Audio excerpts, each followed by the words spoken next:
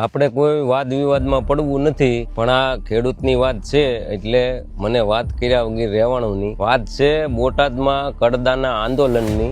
સાહેબ સવારના 6 વાગ્યાથી સાંજના 7 વાગ્યા સુધી 5 મિનિટ પણ હા ખાધા વગર કામ કરીએ છીએ, અને અમારો આ માલ માર્કેટ યાર્ડ સુધી પોગે અને હરાજી થઈ જાય, પછી આનો વેપારી ભાવ તોડે, પછી ખેડૂનો જીવ નહીં, ખેડૂ આખો બળી જાય. અને આની આ સિંગ 10 થી 12 વર્ષ પહેલા 25 મણ સિંગ તમે લઈને જતા ને એટલે 10 ગ્રામ સોનું આવતું. અત્યારે આની આ સિંગ 150 મણ લઈને જાવ ને તોય 10 ગ્રામ સોનું નથી આવતું.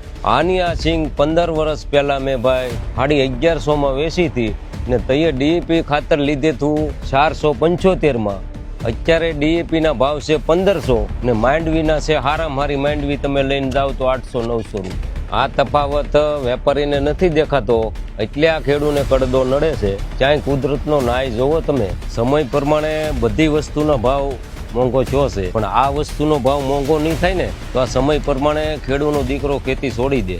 એટલે આ કડદાની વાતમાં ખેડૂતો નાય માગ્યો તો ઉપર જતા ખેડૂત માથે અન્યાય થયો. મિત્રો, દહકો હવનો 10 વર્ષ હોય એટલે દહકો ભાંગવાનો સમય આવી ગયો છે હવે, એટલે આમાં તમે સમજી જાજો.